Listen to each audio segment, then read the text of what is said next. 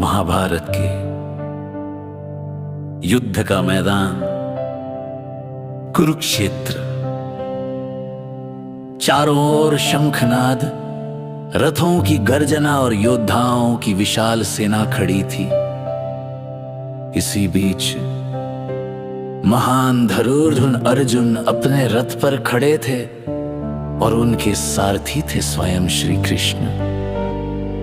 जैसे ही अर्जुन ने सामने देखा, उनका हृदय कांप उठा। सामने उनके अपने ही गुरु द्रोणाचार्य, पितामह भीष्म, भाईबंद और रिश्तेदार खड़े थे। यह देखकर अर्जुन के हाथ कांपने लगे। उनका गांडीव धनुष धीरे धीरे नीचे झुक गया।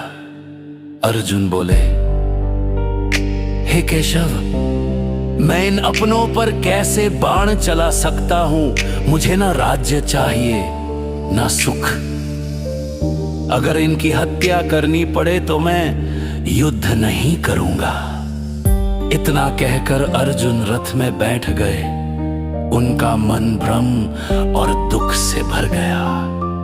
तब श्री कृष्ण मुस्कुराए। उन्होंने शांत स्वर में कहा, अर्जुन, तुम्हारा यह मोह ही तुम्हारी कमजोरी है। अर्जुन ने आश्चर्य से पूछा, मोह, क्या अपने ही लोगों से प्रेम करना गलत है? श्री कृष्ण बोले, प्रेम गलत नहीं है, लेकिन जब प्रेम तुम्हें तुम्हारे कर्तव्य से रोक दे तब वो मोह बन जाता है। उन्होंने आगे समझाया, यह शरीर नश्वर है लेकिन आत्मा अमर है। न कोई किसी को मार सकता है, न कोई मरता है। तुम केवल अपने कर्तव्य का पालन करो। कृष्ण ने अर्जुन को कर्म का ज्ञान दिया। तुम्हारा अधिकार केवल कर्म करने में है, फल की चिंता मत करो। धीरे धीरे अर्जुन के मन का अंधकार दूर होने लगा।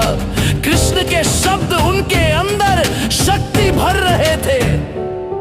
फिर श्री कृष्ण ने अपना विराट रूप दिखाया। उस रूप में उन्होंने पूरा ब्रह्मांड समेट रखा था। सूर्य, चंद्रमा, सभी देवता और समय का भी अंत। अर्जुन यह दिव्य दृश्य देखकर कांप उठे। अर्जुन ने हाथ जोड़कर कहा, हे प्रभु, अब मुझे समझ आ गया कि आप ही सब कुछ हैं। मैं आपके आदेश का पालन करूंगा। अब अर्जुन का मन दृढ़ हो चुका था। उन्होंने फिर से अपना गांडीव उठाया और युद्ध के लिए तैयार हो गए।